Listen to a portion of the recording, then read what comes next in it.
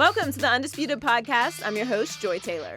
On today's show, is it time for LeBron and the Cavs to panic after another big loss? Plus reaction to a reported post-game confrontation between the Rockets and the Clippers. And will Jags cornerback Jalen Ramsey regret giving the Pats bulletin board material? Skip, Shannon, let's get to it. Let's start with last night's finals rematch. The Warriors beat the Cavs 118-108 last night in Cleveland. Golden State swept the season series and handed Cleveland their fourth straight loss. Curry and Durant combined for 55 points, and the Warriors outscored the Cavs by 17 in the second half. After trailing at halftime, LeBron led Cleveland with 32 points, but also had 8 turnovers. And now there are reports this morning of discontent in the Cavs locker room. Several players told ESPN, Cleveland.com, and The Athletic that their problems are not as fixable as in years past. Here's LeBron after the loss last night. You want to play well versus them every time. I mean, listen, at the end of the day, it's the last 3 finals appearances, and you want to play well. You want to see where you are because, for the most part, they've been playing well for a long time now. So, you want to try to get better and better and see things that you can work on going forward, things that you need to get better at, things you can continue to get better at. So, it was a good game for us, for 36 minutes maybe 40 minutes. We had some opportunities, but we weren't able to cash in. Shannon, what was your takeaway from last night's game? I hate to admit it, but I'm resigned to the fact the Warriors currently have too much firepower for the Cavaliers. And the Big Four comes at you in waves. And you try to stand, and you try to stand, and you will stand as long as you can. But eventually you get swept out to sea. Skip, if you look at LeBron in the first quarter, I mean, he's going off. He goes for 16 in the first quarter. They scored 37 points, but they're only up 2. KD is easy. Steph Curry is not doing much. Klay Thompson goes off for 13. So you got the big 2 not doing a whole lot, but Klay keeps them in contact. Second quarter, LeBron, ends up with 20 points in the first half. He did. They're playing well. But because LeBron has exerted so much just to keep the Cavs in the lead or keep the Cavs in the ball game, KD's chilling. Then come third quarter, KD goes off for 16. Steph Curry finds his range. And now, you go and start the fourth quarter, it's a 2-point ball game. This is what's so amazing about the Golden State Warriors. They get separation from the Cavaliers with KD and Steph Curry on the bench. When you can do that, when you can take 2 of the top 5 players in the NBA, and you can sit them down for 3, 4, 5 minutes, and your second unit can come in and get distance, you're going to be hard to beat. And if in the likelihood of all four of these guys having off nights, yeah, it happens every once in a while. Then one night the team just shoots the ball exceptionally well, and there's nothing they can do about that. But when you have KD playing like he's playing, Steph still can get hot anytime. You got 3 guys really on a given night can go get 35, 40 in the blink of an eye. And then you got that utility man. There's nothing that Draymond can't do. 16 rebounds, game high, 11 points, 9 assists. He can do everything. He can defend. And so that's what they're up against, Skip. And looking at this, unless something drastically happens, they're going to have to make a move. And I'm not surprised that this report that Joy and the Reed, I'm not surprised it came out. And that had to be someone that had been on the team for all this, because Jeff Green wouldn't know D. Wade. So it had to be someone that said this that was on the team in the years past, Skip, that says it's not easily as fixable as before, because these guys wouldn't know what the fixes were in years before. Isaiah is trying to find his rhythm, took 21 shots last night. He takes a lot of bad shots. In Isaiah's mind, he's Isaiah Thomas. Skip, he doesn't have that explosiveness. I mean, there are a couple of shots he missed point blank.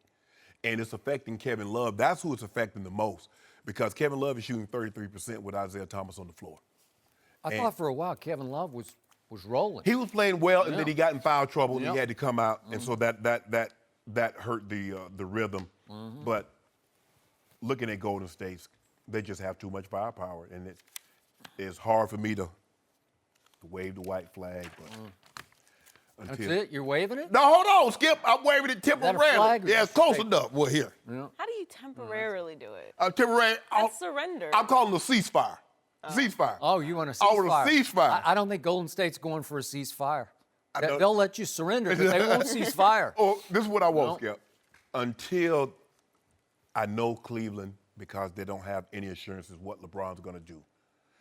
But unless they move that pick, unless they bring in, for me, Skip, I would rather have DeAndre Jordan and Lou Williams than Boogie Cousins, because they got to have a rim protector. They got to have somebody that can wipe away some shots that once the first defender is beaten.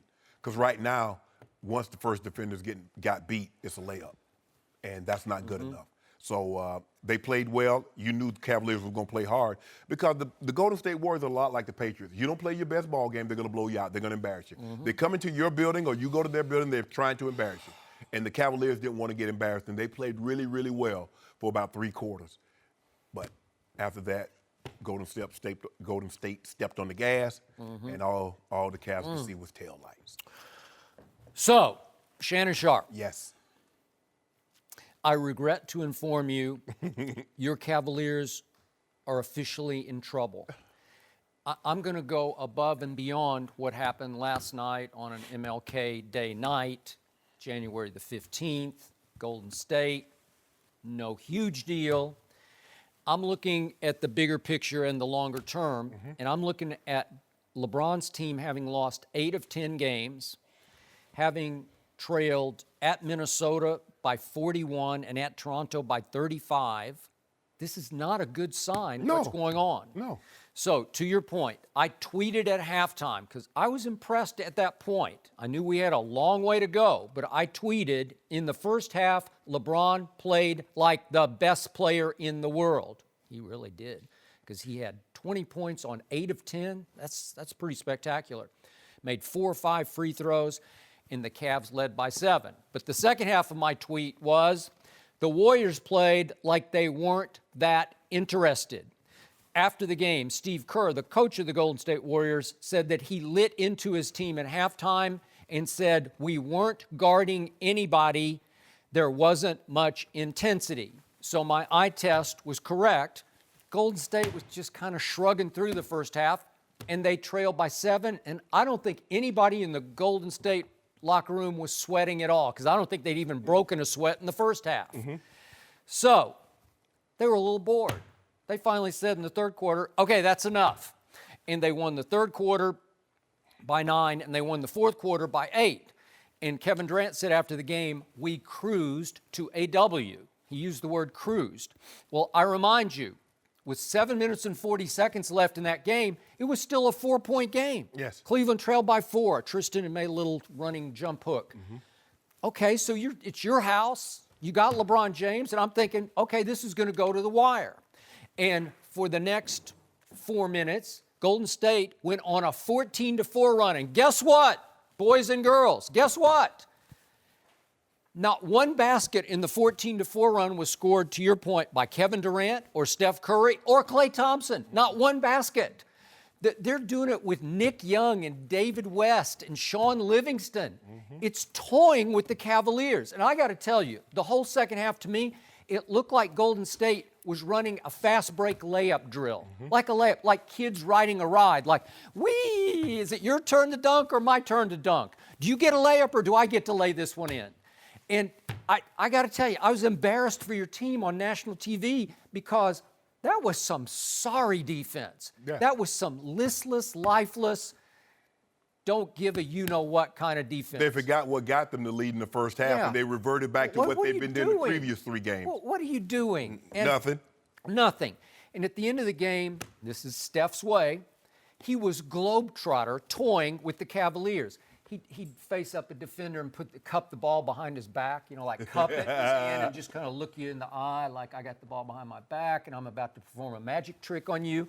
And it's just, it's the kind of thing, remember when you got upset, Jamal Murray dribbled around Lonzo in Denver? It's that kind of thing, except this is a 2-time MVP and he's just messing with you. It's his athletic arrogance, if you want to call it, but it came to that last night for this team. So I step back. You've lost 8 of 10. You're ranked 29th in defense. And LeBron just hit the wall in the second half again. It looked to me like he ran out of gas, or maybe he just lost some heart. And I don't blame him, because he's looking around like, does anybody care? Does anybody want to play? Because it is Golden State and it is TNT, and LeBron's got as much pride as anybody breathing. And so I get the Dave McMenamin report in ESPN, because I'll bet you a part of it came from LeBron, maybe from a couple other veteran players. You think so? Yeah. Several prominent players, wrote Dave McMenamin, speaking on the condition of anonymity, expressed doubt, that's not good, expressed doubt that the problems, and he listed the problems, aging roster, defensively challenged personnel, and a glut of redundant role players, could simply be worked out through patience and a chance to coalesce when fully healthy. That's coaching talk. Yeah. Maybe it's Players don't say a glut of role players. Maybe it was Dave McMenamin talk. I don't know. Maybe that was T-Lou. It could have come. It could have. But again, LeBron's individual defense and defensive win shares, he's now fallen to 352nd out of 483 players. And again, the Celtics have the second best record in basketball. And you can say they're no threat, but they're some threat just because they can defend. Yeah. They can't offend, they can't score. They don't have LeBron. They got Kyrie, but he's actually sacrificed a lot of his numbers. He's trying to play defense. Right. He was defensively challenged in Cleveland. He's now in defensive win shares ranked 10th in the league, and they have 5 of their players in the top 10. They have the first 2, Jalen Brown and Marcus Smart. So they can defend. They're number 1 in overall defensive efficiency, and they're just a game and a half behind Golden State. They're 34-10 in record. Golden State's 36-9. So, man, you are what your record says you are. Okay. And the record says that the Celtics only have 10 losses. So it says they're a very good football team. Basketball team. And furthermore, remember this. I kept thinking, well, maybe if Isaiah bounces back to be Isaiah, it'll give them some pop offensively. And last night, I'm thinking, LeBron, welcome to Kevin Durant's old world. It looks like you've got your Russell Westbrook now, because Isaiah took 21 shots to LeBron's 18 shots. Well, that's no good, especially when a couple of times he about missed the rim with a couple of those shots. And that's the thing, though, Skip. He's coming down. He's a 1-on-3 fast break, and he's pulling up from 3. Jacket. But the thing is, Skip, when you play this team, the Warriors, you can't turn the ball over. You turn the ball over against that team, it's a wide open 3 or it's a layup. That's how fast they move the ball. They do. And that's what happens. You can't get out-rebounded. Now, this is the one team that if you let them out-rebound you, that's an extra 1 to 2 looks per possession at the three-point line. Bad things are going to happen, Skip. And that's what Draymond Green had 3 fewer rebounds by himself than the entire starting 5 of the Cleveland Cavaliers. He had 16. They had 19. You can't win like that. You can't win like that. Nope. And look, it's hard when you won championships with a core group of guys, Skip. It's hard to break it up. Because this core, the J.R. Smith and the Tristans and the LeBron and the Kevin Love, Shump, for the better part, they are the core group. But in order to go further than what they can go right now with this group assembled, they're going to have to break it up. And they're going to have to put that pick, the Brooklyn Nets pick, in there. That's the only way. So the way they're constructed right now. It's interesting because you've been talking now for a month, half tongue-in-cheek, but I think or maybe it's wishful thinking, but you've been saying we, as in your Cavaliers, you're going to go get somebody. You're going to get DeAndre or Boogie. Well, Boogie might be off the table now because they're in the 6th seed. They are. So they're not falling, they're not tumbling like some thought they would. And it's like, okay, we got to move Boogie because there's no sense in us holding on to him. Here we are sitting in the 8th or the 9th spot, but they're in the 6th spot. But the question is, how you going to sign Boogie when you just gave Holiday a max contract? No. Brow is on a max contract, Anthony Davis, and Boogie's going to want max dollars. So how do you keep him? Well, the better question at the moment is, if in fact what we're seeing with the Cavaliers is a trend and not just the usual annual blip when you come out of it. And that, by the way, to their credit, they did win, 18 of 19 at one point? They won 13 in a row. Yeah, with 13 in a row at one point. Okay. And a lot of these losses, most of these losses are all on the road, so as the schedule evens out, you could argue they'll get back on track. No. It doesn't appear that way to No. me either. And I told you at the end of last regular season, they finished 23-23 in their last 46. Then they were able to just cruise through the East, but then it wasn't much of a contest when they ran into Golden State in the finals. So the problem that the owner of the Cleveland Cavaliers faces is LeBron going to stay or not? So the only way to save this right now is that LeBron's going to have to go into a guy that I don't think he has a lot of use for, Dan Gilbert, and say, okay, I commit for the future. I'll give you 2 or 3 more years, right? That's the only way, because if you don't get that from LeBron, you can't trade that pick away. Skip, I believe that one of the reasons LeBron came back is that Dan Gilbert told him that at some point in time, if he was capable, he would sell him to Cavaliers. That had to be on the table. I hope that's on the table. But moving forward, Skip, for me, I just don't see where LeBron can go and can assemble a staff that can rival them. He can't. I mean, you go to Houston, you're going to lose Clint Capella. He's up. He's averaging 14-11. Somebody's going to give him $20 million to be their big guy. Yep, I would agree. James Harden is going to make $30 million. LeBron says, I'm never, ever playing again for less than max dollars.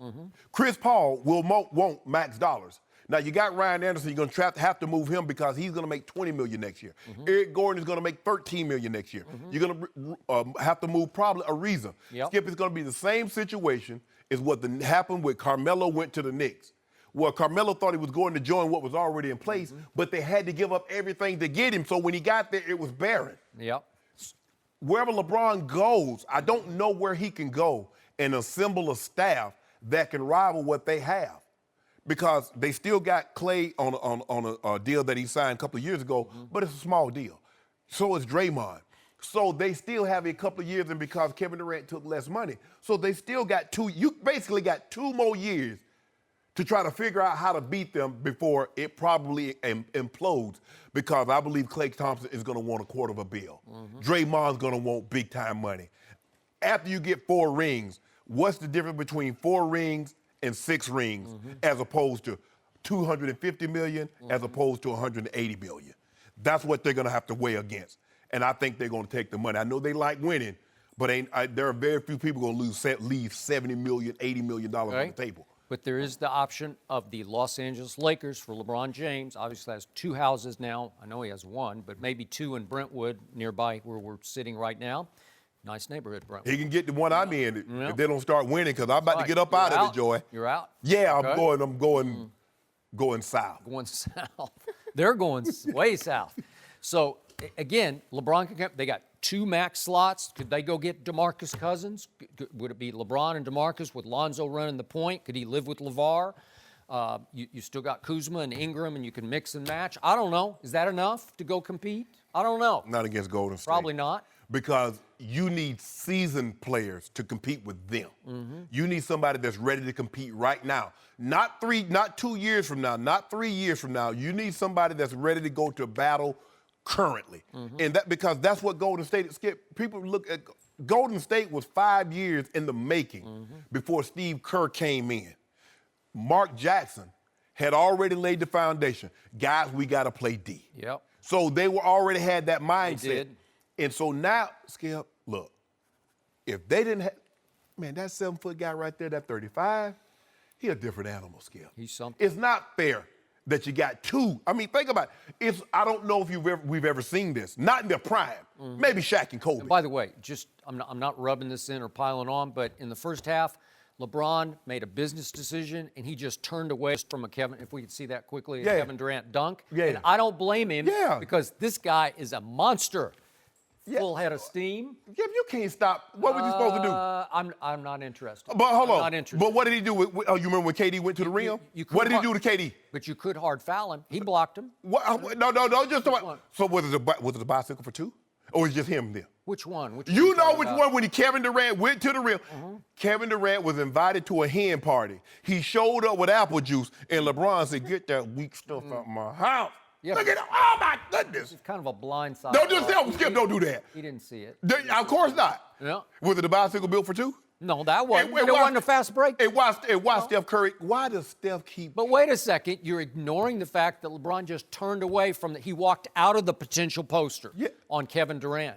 LeBron got 4 posters last night. You see all those alley-oops? Okay, but he could have just said, you know what? No. It's my house. I'm going to take him down. No, I'm going to take him down. No. Once they got, look, you either file him before he gets ready to take off because only bad things can happen. And I know LeBron James. LeBron James is not going to hard foul somebody and risk injury to someone's career because he wouldn't want anyone to do it. To himself in that case. When has LeBron ever been injured? I mean, he stepped on the guy's. You saw him rebound. He stepped on the guy's ankle. Stepped on a guy's ankle, and I thought he's going to have a hard time. I don't know. LeBron got the elephant ankle. They this big around. He's Iron Man. But Skip, the way they're constructed right now, somebody got their hands full. I mean, let's be real. Skip, they're an all-star team. You got to face this. They're not going to trade that pick unless LeBron commits for the next. They're couple trading of years. something. What? Shumpert? Like, come on. What? I don't know. Sean, Tristan, JR, and our pick.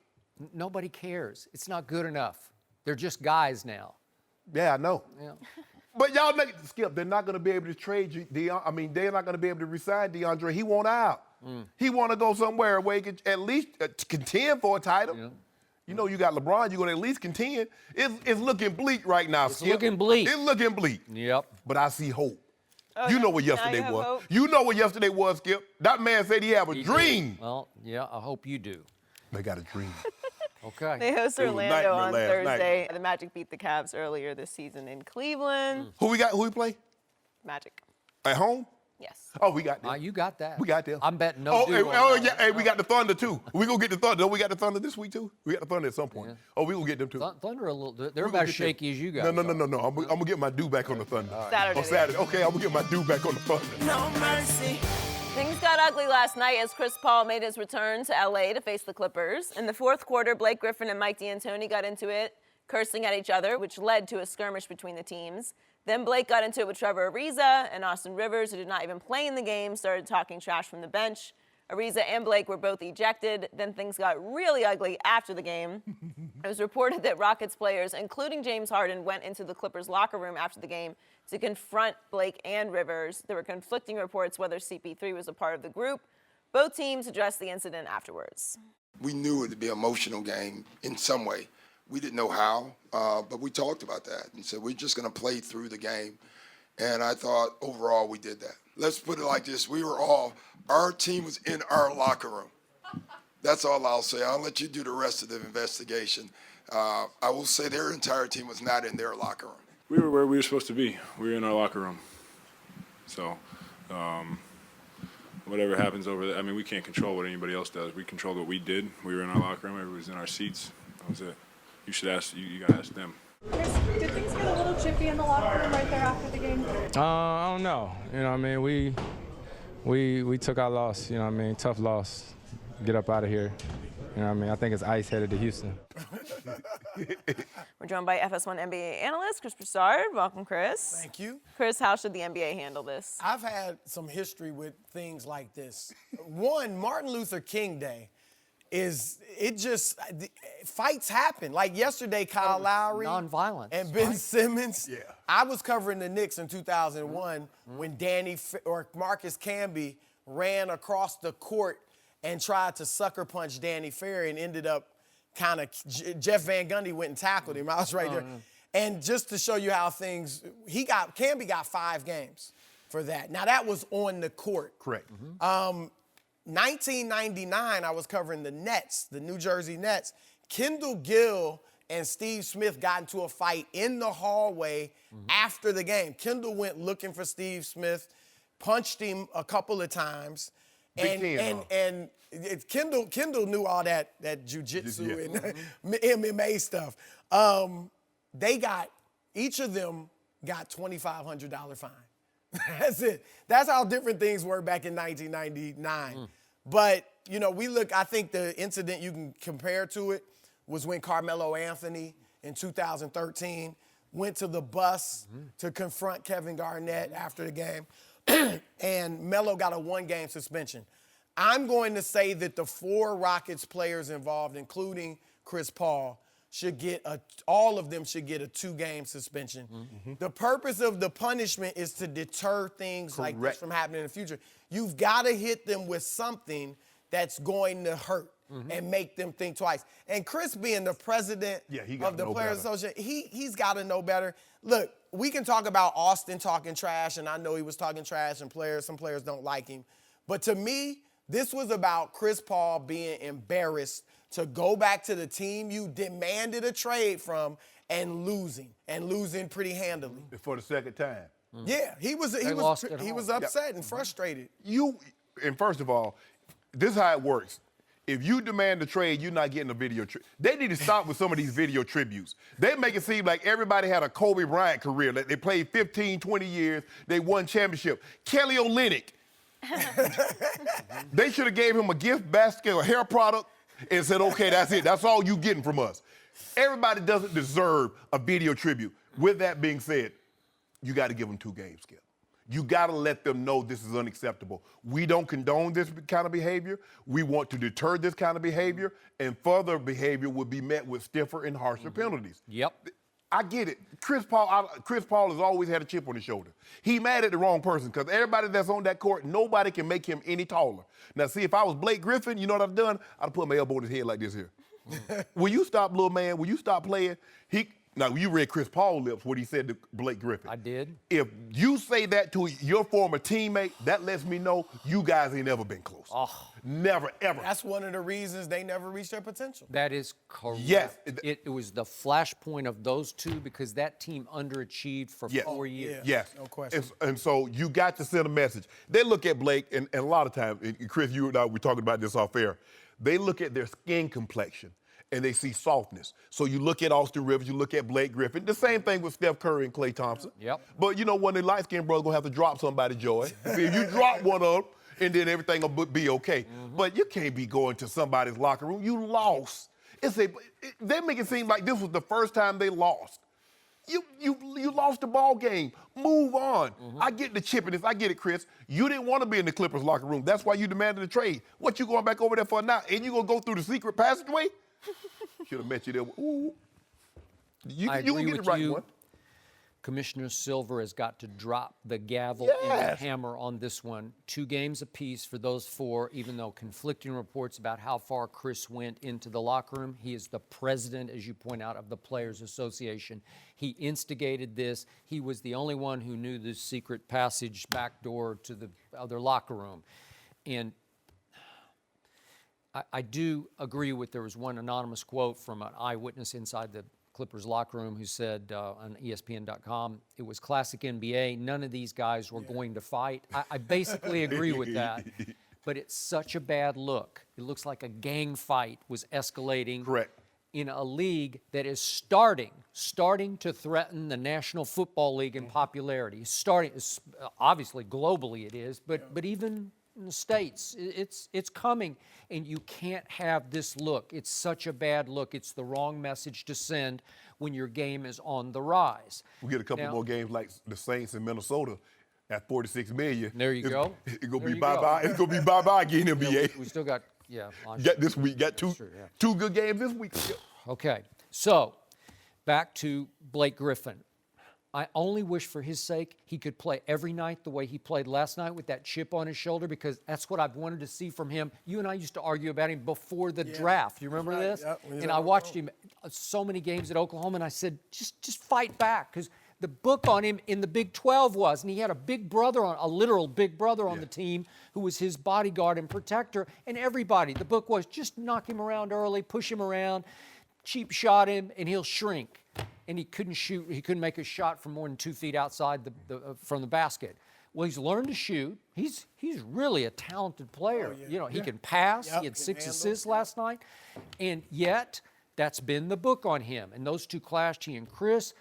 That guy last night, that's a force, man, because he came out with the chip on his shoulder. And I don't like the chippy play, but I kind of loved it because I could see that he had some gumption last night, right? He fought back. He pushed back a little bit. Right. I don't need him to throw a punch, but I need him to push back occasionally just to draw a line to say, I'm here. And he got called that word by Chris Paul, and that's what Chris always thought of him. for better or for worse. Yeah.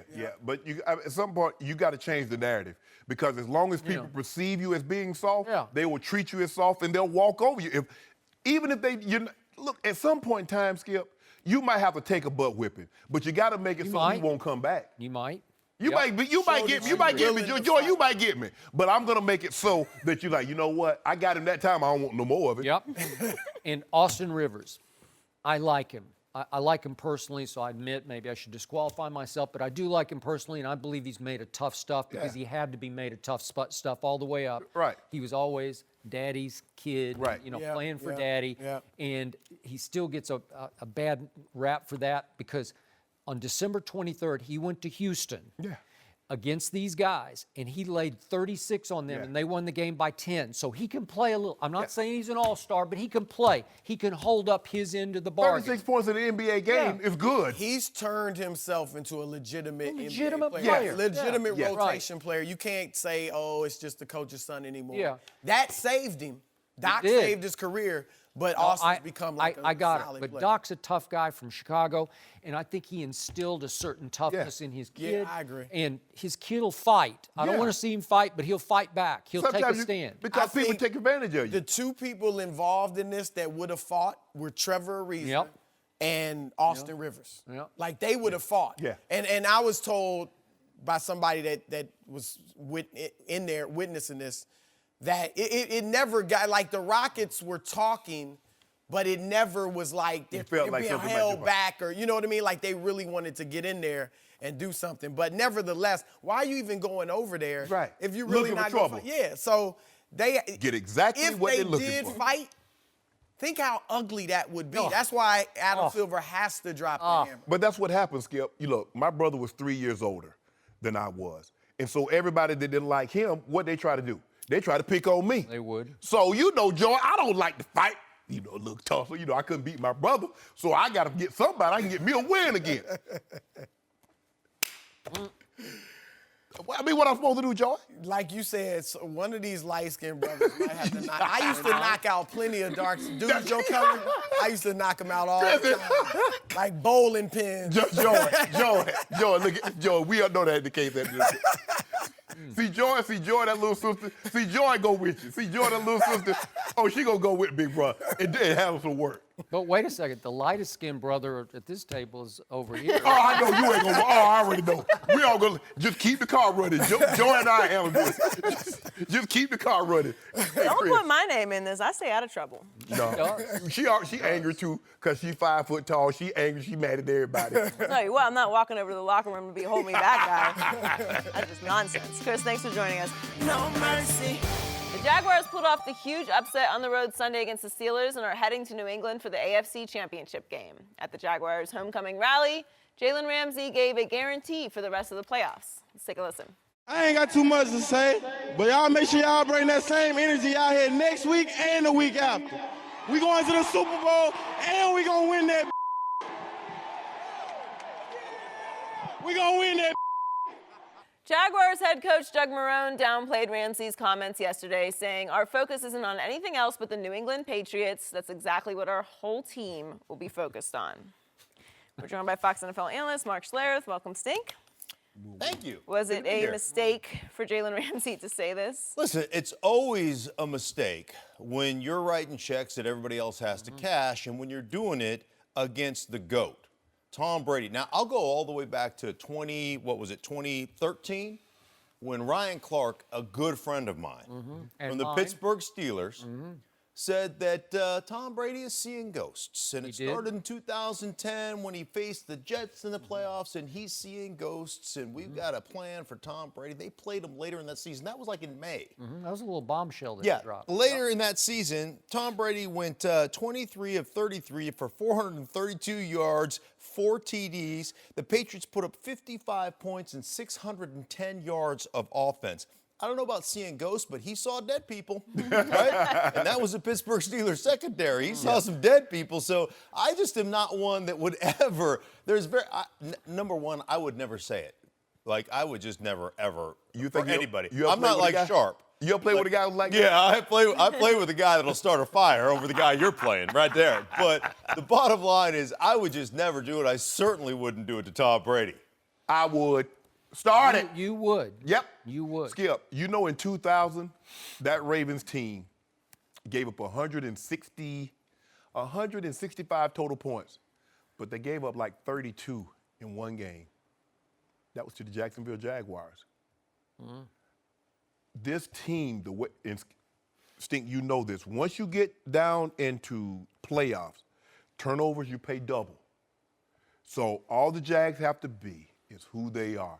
I love the way they match up. The Steelers never, ever, ever matched up with the Patriots because they don't have the back end, which they have. You look at the Broncos when they beat them, great back end and great front line play. They did. They got Malik and they got Calais, who can collapse inside, and you got Ngakoue and you got Fowler on the edge. You got linebackers that can run. Now, Miles Jack and Tevin Smith are bigger Danny Trevathan and Marshall, who could fly.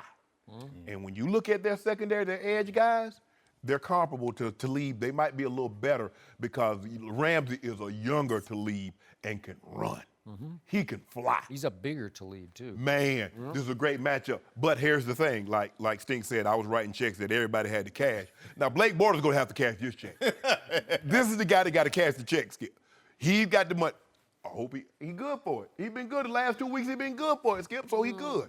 You know? You would write that check, but you would not have to defend the guy whose cage you were rattling, Tom Brady. You don't have to play safety or corner, right? If I had my defense with old Sugar Bear and them, I get old Tom. Tom, you don't want to see these boys. Oh, no, Tom, you don't want this. This not good for you. This will make you sick, Tommy. I am so with Mark on this one. There's one guy that you don't mess with in this league, and it's that number 12. And I get it that Jalen is messing with him because Jalen is Jalen, and I have nothing but respect for him because he is emerging as the best cornerback in pro football. He's got all the goods, all the credentials. Now he just needs to do it at this level. Right. And I don't doubt his performance. Right. He might take Gronk for much or all of the game. He just might, and I'll give him a shot. Mm-hmm. I'll give him a shot to at least control Gronk out, not to shut him down or stop him, but to control him. But the rest of it, you still got to mess with number 12. And I don't think his teammates can cash that check. I don't think they're as good on defense. And yet, the irony of this was I was raving about them last week because I said they're going to go win at Pittsburgh. Right. And it was mostly because I didn't respect Pittsburgh. That was a troubled football team and a flawed football team. Mm-hmm. And again, when Ben got forced into playing backyard football, 21-0 down, you want to talk about throwing a party on this defense? He threw for 469, and they put up 545 yards. You can say they're empty, they're sort of garbage time yards, but Ray Lewis's defense would not have allowed that. If they'd gotten the Steelers down 21-0 at Pittsburgh, you know what would have happened?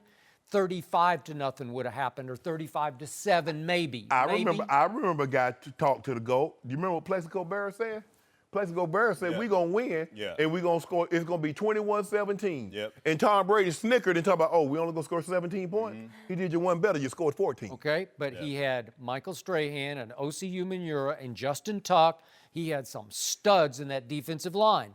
And have you looked at Jacksonville D-line? Okay, whoa, hold on. I kept looking last week. The biggest surprise and disappointment of the weekend last weekend was, where's the pass rush? Where's Saxonville? They didn't get any pressure on. They got a scoop 6. Okay. They got a scoop and score. Okay, but they sacked him twice the whole day. That's all. I saw him standing back there looking. I think I'll throw it to Antonio this time. Okay. I don't know. I didn't see it. Did you see Von Miller flying off the edge? Did you see DeMarcus Ware flying off the other edge? I didn't see either one of them. They see it. It's something about that. You turn up in that championship game. They could tell you. You turn up in that championship game, all of a sudden, boy, they start, remember we played Pittsburgh? We had to go back there to do all that talking, to do all that chirping. Oh, we did this. Okay. But we're going to tell you what we're going to do. This is what we're going to do this time, Joe. We're going to come on back to Pittsburgh. We got a week? Yeah, this is what we're going to do. We're going to go back to Pittsburgh. Right. Mm-hmm. Now, we're going to show up just in case they play a game on Sunday at 1 o'clock. Then all of a sudden, they want to fight me, Joy. Anybody need Super Bowl tickets? Your boy Shannon Sharpe got some Super Bowl tickets. Do you need 2 or 3? Now they want to fight me, Joe. Everybody got beef with me. I will tell you this about Jacksonville. All 3 levels of that defense. Their defensive line, the linebackers can flat run. They can play. Agreed. From a coverage standpoint, from a man coverage standpoint, Jacksonville can flat play. And it's not just Ramsey. It's Boye can play. Sure. It's Colvin can Agreed. play. They have got an ability to lock you up in man. They're also great run support corners. They're a legit, I mean, not with the 42 points notwithstanding, that's a legit football team. They can play. But do you realize what you just said? The 42 points Oh, notwithstanding? Yeah. 42 points? I understand. That's a lot of points. The Ravens, 42 the Ravens gave up 32 to Jacksonville that year. They gave up another 24. 2,000 Ravens. 2,000 Ravens. Yeah. But they hadn't clicked yet. When they came together down the stretch, what's the stat? Like in the playoffs? Oh, they yeah. allowed- Okay, it was over, man. They gave up 3, 10, 3, 7. Right. Well, they gave up none. I will say this about Brady. You watch, and people talk about, oh, he throws it underneath, man. He drops, he reads coverage, and you're playing hook to flat. Oh. Bam, there you go. Now go ahead and rally up there and try. That's a 7-yard gain. Bam, that's an 8-yard gain. Bam, that's a first down. Okay, so that's how they are. If you put Jalen Ramsey on Gronk and you put Boye on Cooks, there's little Amendola and there's little Hogan, who's not actually that little, and all of a sudden, And those backs out of the backfield. tossing it to James look here. White. I'm gonna take me a rough in the passer penalty. I'm gonna take one on Brady. Okay. I might take 2 early. I'm gonna send that message. We coming. Yeah. We coming. You got to do that, Skip. You'll get his head. You know how you do. Hey, you think you get in that game? You give him a little extra push. You guys, Denver, beat the snot out of him. What was it, 3 years ago now? Yeah, 3 years ago? And he's still throwing into your end zone to win the football game, right? It was as poor a playoff game as I've seen him play, and he's still got a shot. Yeah. Okay, I'm just warning you. He's listening to you. Yeah. You're not helping the cause either. Calais and on Malik. Now, you know Malik Jackson nasty. Oh, He'll take a couple. He'll take a couple personally. Mark, they didn't give you the microphone at the fan rallies? Get everybody gassed up? No. And by the way, I mean, they should have turned that camera and gone to whoever he was talking to, because all I saw was empty stands there. Right? Yeah. He must be talking to his teammates. Who was at the I rally? mean, come on, Joy. I know who he was talking to. Number 12 up in Foxborough.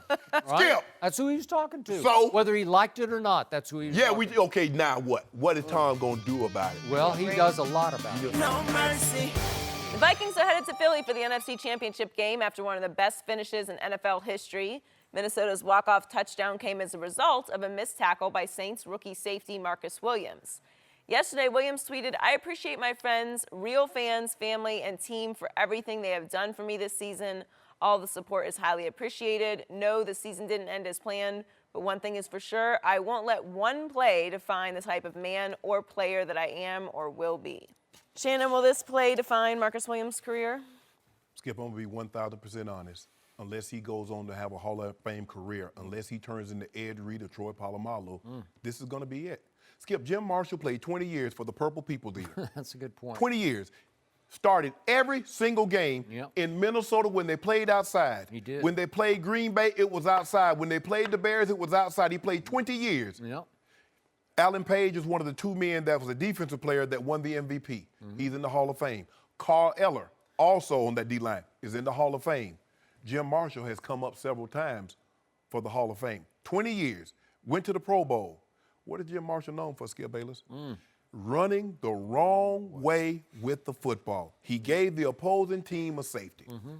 Leon Lett. Skip, Leon Lett was a pretty good football player, wasn't he? He was extraordinary. Now, he didn't maximize his potential, but go ahead. They call him the Big Cat. Oh, he was the big cat.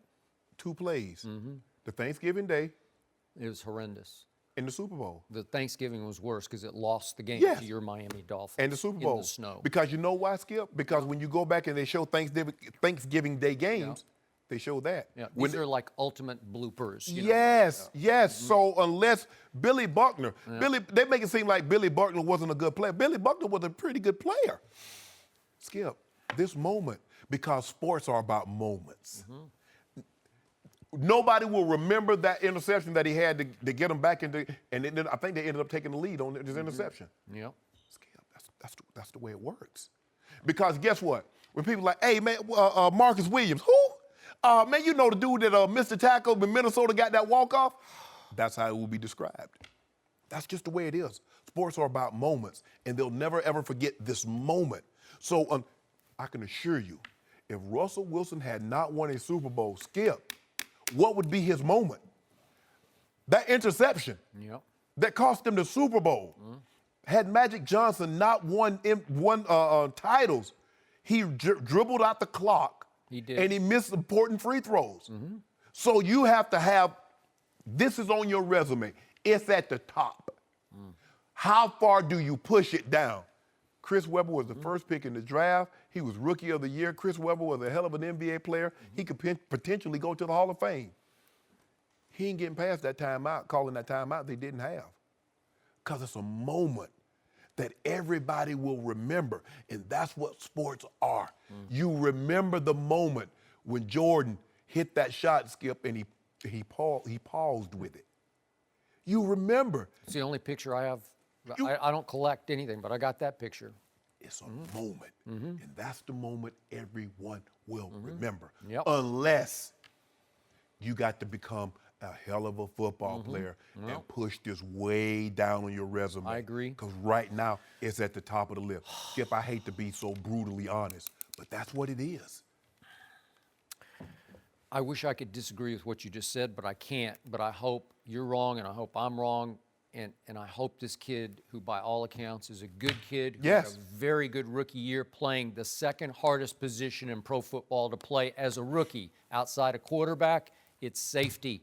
It's hard, man. A lot is coming at you fast from all sides, and you are the last line of defense. You have to make split-second decisions that can cost touchdowns. Not first downs, touchdowns. Yes. Right? Yes. Okay, so talk me through this, because I can't get the play out of my head. I'm thinking about it all last night. I've watched it, it feels like 1,000 times, and I still, to this moment, cannot figure out what possessed him. I just don't. To do that. Yeah, to do that. I don't even get it, because if you're trying to avoid pass interference, then you're going to be standing and you're going to be like this, right? Like, oh, I'm hands off. I don't want to hit him early, right? Skip, that's what happened in the AFC Championship game against the Raiders. Marcus Pope pulled his hands back because he didn't want to get the pass interference because the play before on second down, I went to the official back judge. I said, he grabbed me. He heard it. And he says, okay, I'll pay attention for it. So third down, he is there. He pulls his hands back. You're gone. I'm gone. For 96 yards. 96 yards. So here's the thing. He hesitated, Skip. I'm saying, if you make the tackle, Skip, and the guy gets out of bounds, there's nothing you can do. Okay, but it was so bad. Yes. And trust me, I'm not suggesting this happened, but it was so bad, it looked like he was literally taking a dive like you would in a fight, in a boxing match, where somebody was paid off to take a dive. They just go down and you say, that's absurd. He just flopped, he just gave. Well, this looked like he was taking a dive. He's not taking a dive.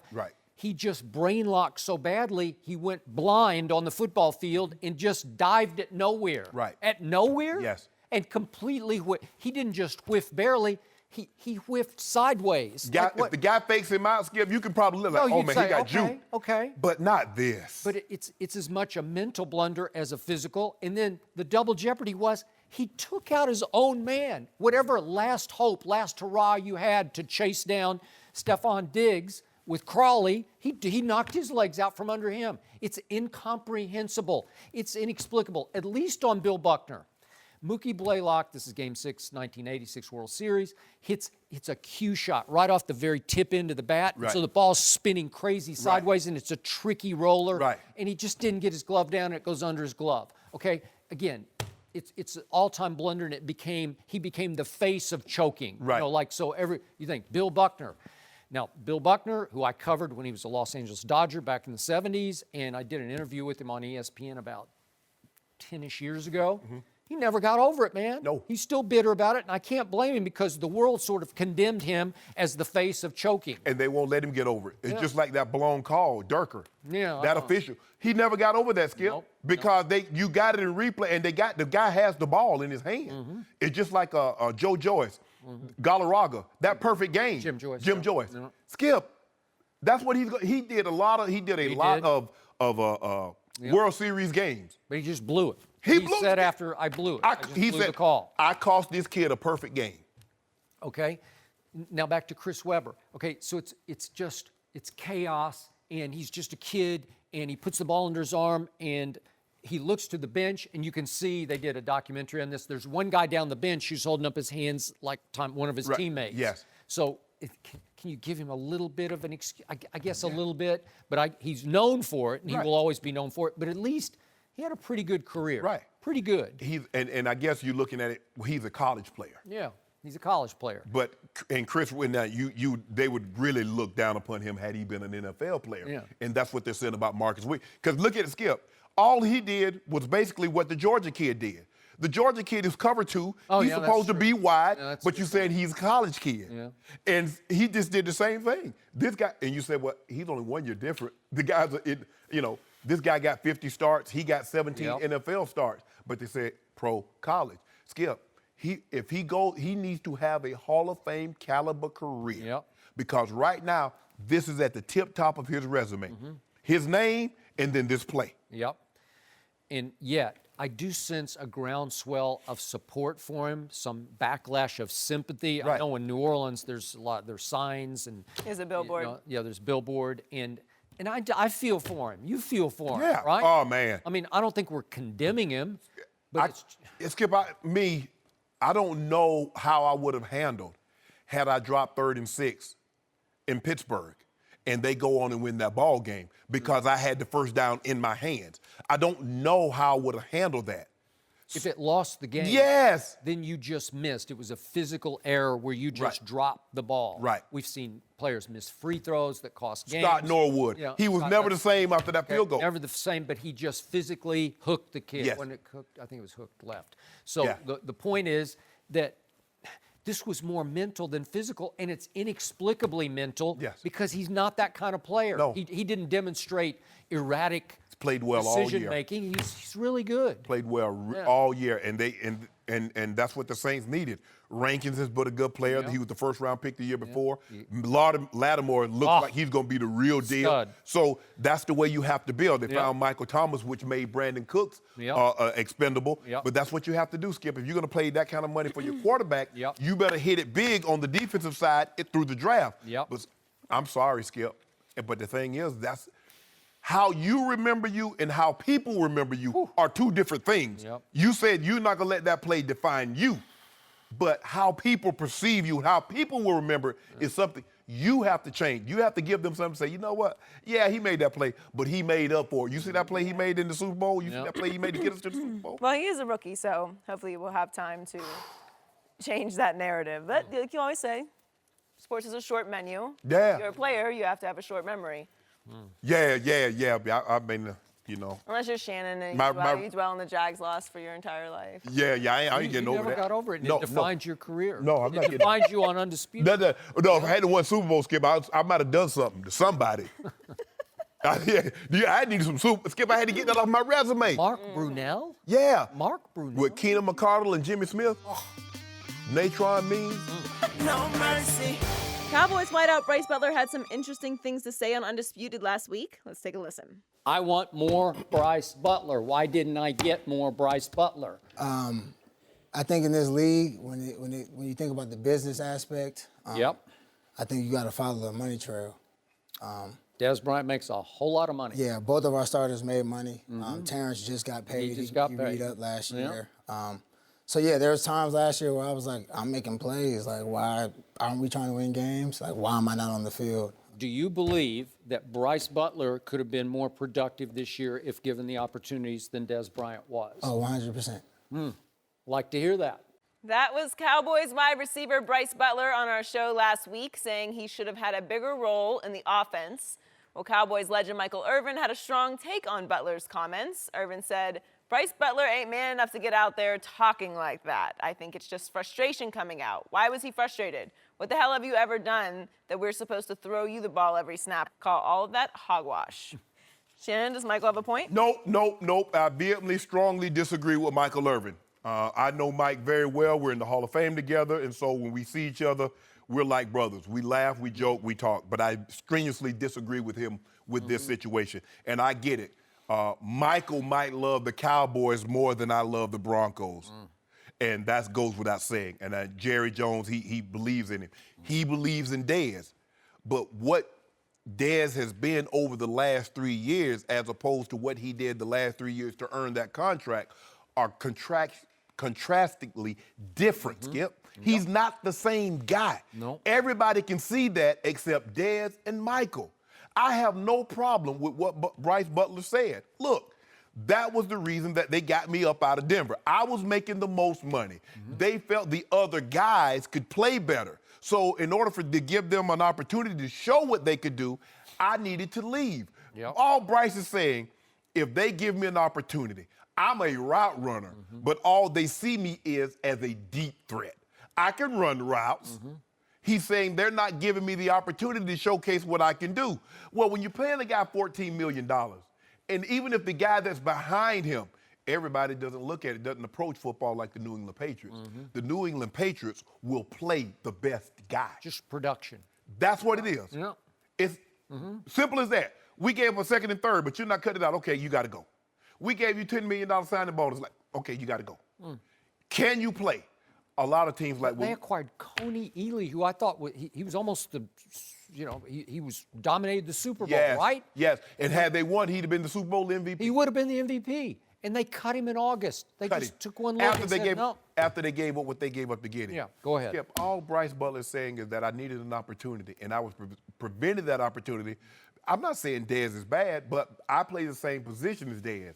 Dez makes $14 million. I think he makes $800,000. Da-da.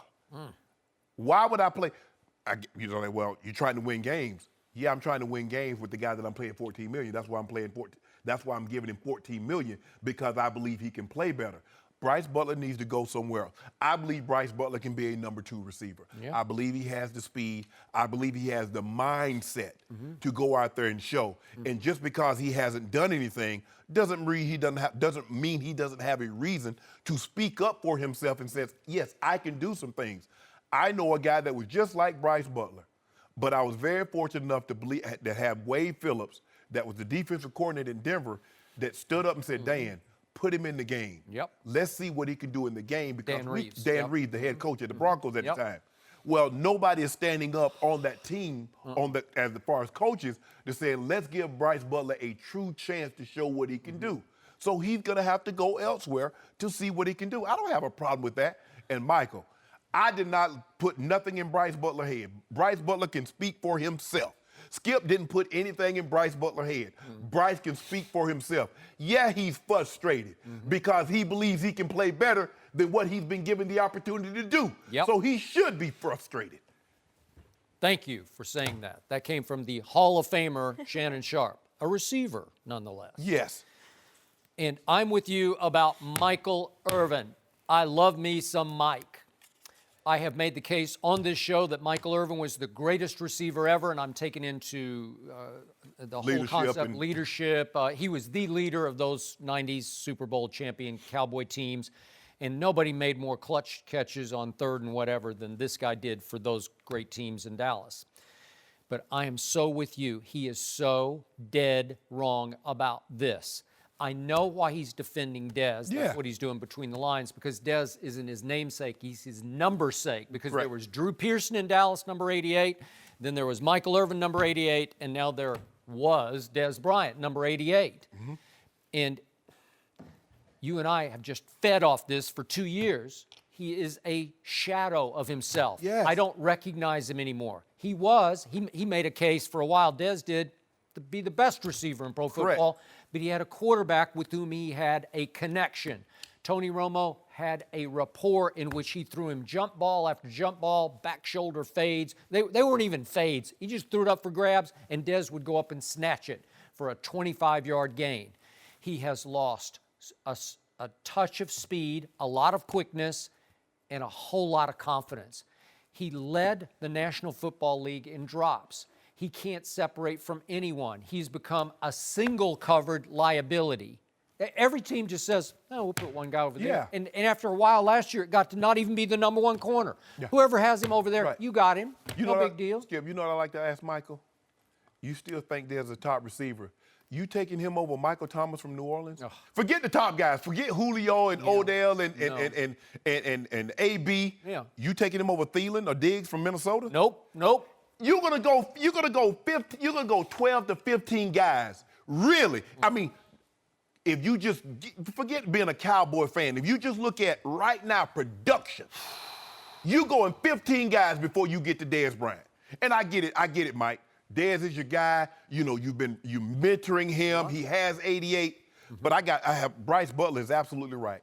Bryce Butler says, I'm frustrated because I think I've earned the right. I've shown what I can do in practice. And when you put me in the game, I catch deep balls. That's all he did. But that's all. But he also said, to his credit, he said, well, that's all they let Dez do is run in-breaking routes and back shoulder fades. Yeah. It's kind of like in this offense, once they tag you, see the perception, once they have this idea, Skip, it's like this, like a relationship. If I think I can have something with this young lady and she only views us as friends, that's all we're ever going to be. Because that's what it is. They view Bryce Butler as what he is. He's never going to be anything more to them than a friend. So it's time for him to go somewhere else and see if somebody's going to love him and he can have a relationship. And he all but said, I'm gone. Yes. Because if you follow the money says he's gone. They gave Dez 5 years and $70 million with 45 guaranteed. Yeah. Then they gave Terrence Williams, T-Will, 4 years, $17 million. Doesn't sound like a lot, but it is a lot because 9.5 guaranteed dollars. And Terrence Williams has had a 100-yard game since Dez Bryant. But that's your number one guy. Yeah. That you got $45 million guaranteed. So the guy you had on a one-year contract, Bryce Butler, making $1.1 million last year, led the National Football League in yards per catch with 21 yards per catch. Now that's on a minimum of 15 catches. Right. You know, that's all he had was Right. 15 catches. So I kept beating the desk over here. Throw it to Bryce occasionally, but he couldn't get on the field because he made too much money and the other guy made too much money. Bryce Butler has 6 catches of 25-plus yards or more. Those are called big plays. Yeah. Dez Bryant has 6, but Bryce Butler did it on 109 fewer targets. That's absurd.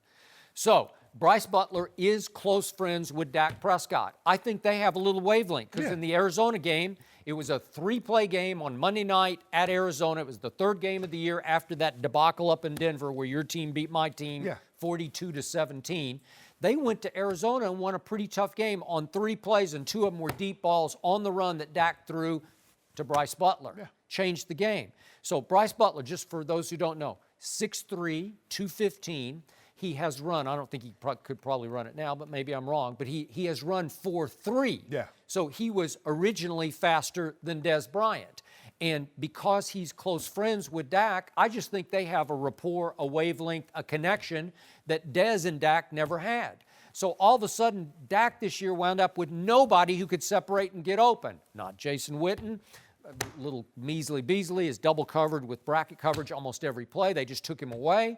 His production declined by more than half. So you're throwing to whom? To what? Right. I don't know. I was hoping to Bryce Butler, but now it looks... But how many years will we go by and Michael still say, oh, Dez can be it. Oh, Dez can do it. Oh, Dez can do it. Because we're 3 years in now, and he hasn't done what he did in 2014. Yep. So how long do we keep going? Do we go all the way to the end, and then when it's not getting done, but he still can? He's not that guy. You know, I know his body betrayed him. Yes. He broke down. He had too many injuries. And he was, Skip, what great players do, what great players, regardless of the sport, even if you're immensely talented, you work on your craft, you work on your technique. I agree. Because one day you won't be able to run as fast, you won't be able to jump as high. Yep. But you can always rely on technique. Skip, I was never that fast, but I was always technically sound. So I can still get open even as my speed started to dissipate. Right. And the last quick point about Bryce Butler, people don't know this or forget about this. His father, Bobby Butler, was a longtime starter at cornerback for the Atlanta Falcons, opposite of Deion Sanders. Mm-hmm. He started for like 10 years for the Falcons. Yeah. Okay? So he grew up in NFL locker rooms learning how to play the game correctly. And to be confident, because one of the main things that a professional athlete has is the ability in him or herself. He believes that he can play. He believes that he's earned the right. So, hey, take your talents elsewhere. Yeah. Well, and let's see. Certainly struck a nerve, that's for sure. No mercy. Thanks for listening to the Undisputed Podcast. I'm Joy Taylor. We're back at the same time tomorrow morning, 9:30 Eastern. We'll see you then. Fox Sports 1 of 1.